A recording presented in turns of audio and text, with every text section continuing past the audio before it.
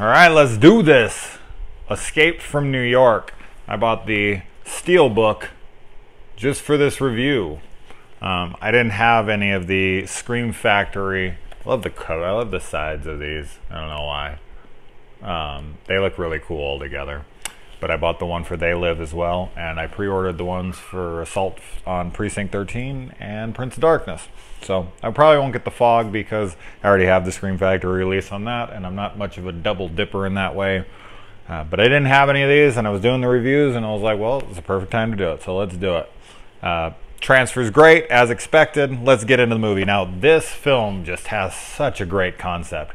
So much so that Luc Besson decided that he could totally just jack this idea, put it in space, and no one would notice. Well, people noticed, and they sued, and they won. And I completely understand why they did. That movie, Lockout, is a blatant ripoff. And I don't blame them for wanting to. I mean, this is a fantastic concept. And, you know, I wouldn't have minded if they do a remake eventually or whatnot, because this is just such a fun thing to explore, and seeing it with like today's technology and doing more in-depth New York, that would be really cool. So I would not be opposed to this. I know a lot of people would bitch, yeah, blah, blah, blah. Whatever, don't watch the fucking movie then, it doesn't matter. This one ain't going anywhere. And I also like that, you know, Carpenter went off in yet again, a drastically different direction. This time he took on an action-adventure type movie. And that could have spawned him off into, like, doing action films if he wanted to. This film was fairly successful, and I think it's a great movie. One of his best. Whenever I hear people talk about the best Carpenter movies, I don't feel like this one gets talked about enough in that list. I know it always gets thrown in, but it's usually towards the end. In fact, I don't think I've ever heard anyone tell me that this is their favorite of his. And if anyone did, I would completely understand why this was, because this movie is just awesome. I mean, Snake Plissken, the whole concept of what's going on in 1997, so futuristic.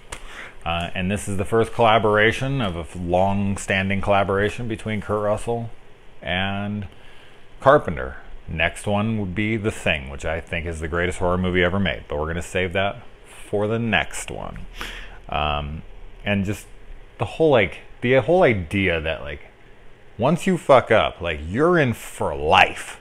And it sucks to think that there would actually be people like this. Like, if you put a bunch of people on the island, like, you wouldn't just have them go there and try to start anew and build it up and make a night. Like, they could do anything they wanted. They could have a utopian society over there if they wanted to. There's no guards, there's no nothing, there's no rules. Like, they could go over there and just make it a better place. But of course, I mean, they're criminals, and I get that, and but it's just like, I despise that there's people out there that are this fucking idiotic, that really would make it this almost post-apocalyptic wasteland. It reminds me of something like, you know, Road Warrior. Like, the movie plays out like a zombie fucking apocalypse has happened, or a nuclear bomb went off. I mean, basically, it's just, there's like no electricity, and everyone's trying to kill each other and for resources, and there's cannibals, and just and it's not far off of reality. If you threw criminals all out there on an island together, they wouldn't make it a better place. And I don't know. Anyway, and like usual, you got a whole bunch of familiar faces here.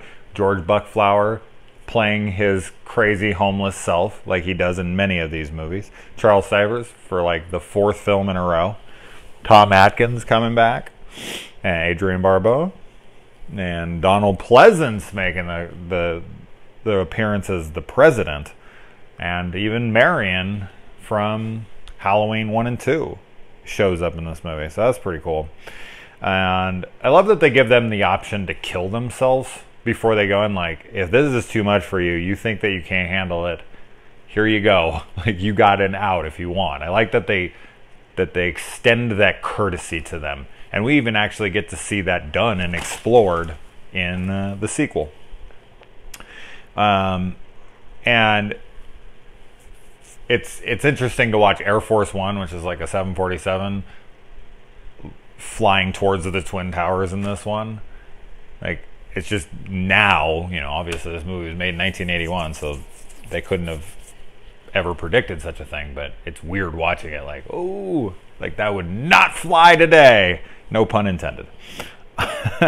The best character in this movie outside of Snake Plissken. I love a lot of characters in this movie, especially like Cabby.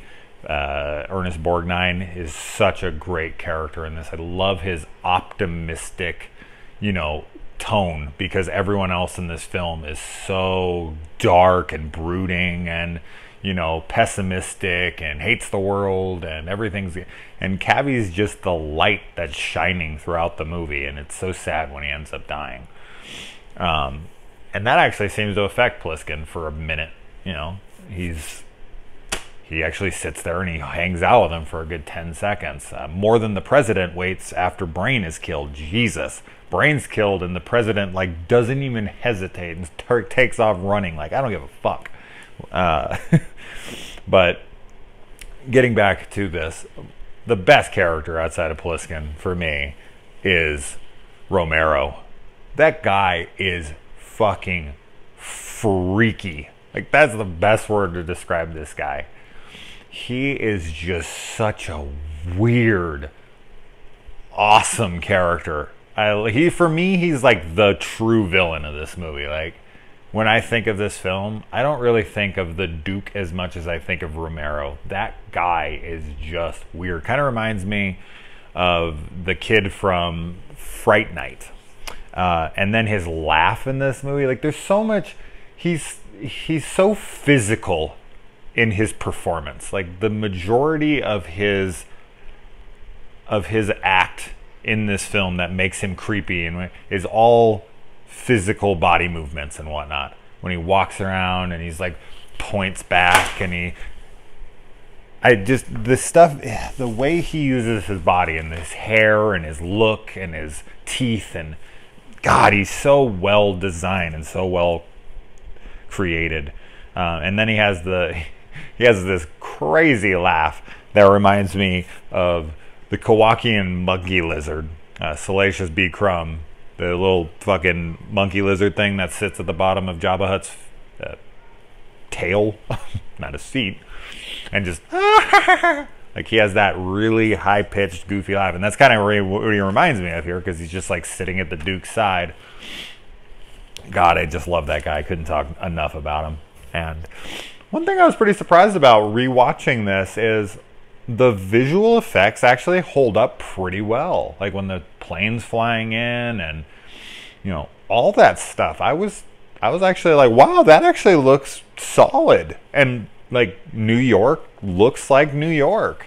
They did a lot of great composite work in this movie. I was pretty surprised there.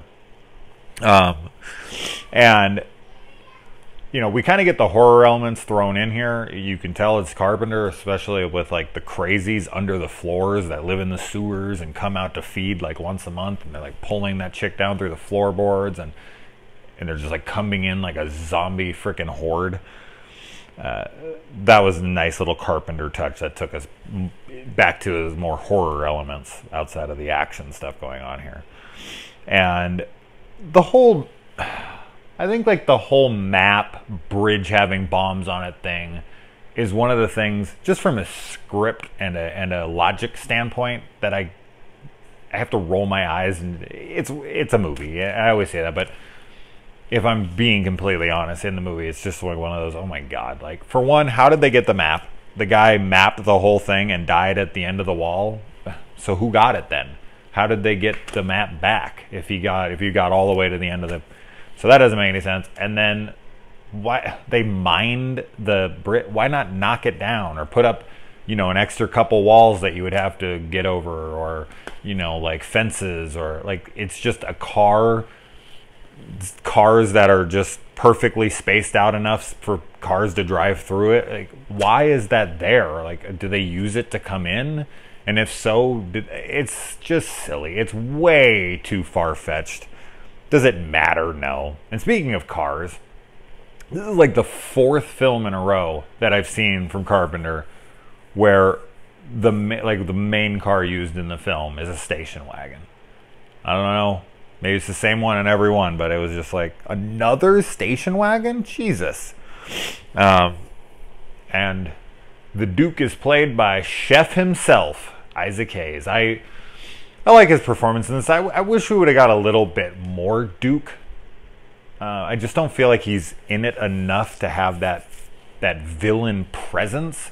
As I said, when I think back about this movie, when I'm not watching it, what I really think of more than the Duke is Romero, and that's fine. I mean, we have memorable henchmen in films for sure, but I just wish the Duke was in it a little more. I wish you got a little more screen time. I wish we had a little more interaction with him. I wish that we would have got a little bit more out of him.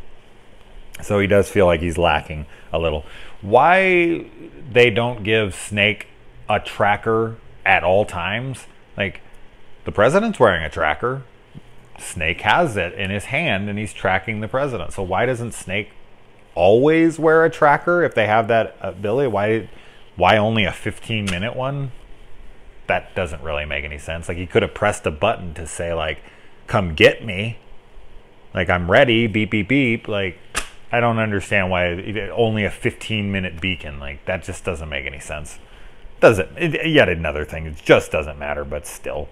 And I have to laugh when they come up, like, they park the car at the bottom of the World Trade Center and they go up and they fight the guys and then they come back down, and for some reason, not only do they not notice that the Duke and his gang are sitting right there with a steam engine running, but they get out of the car, they open up the hood, still not seeing anybody behind them, which I don't understand how it's possible. It's not possible, but it doesn't matter.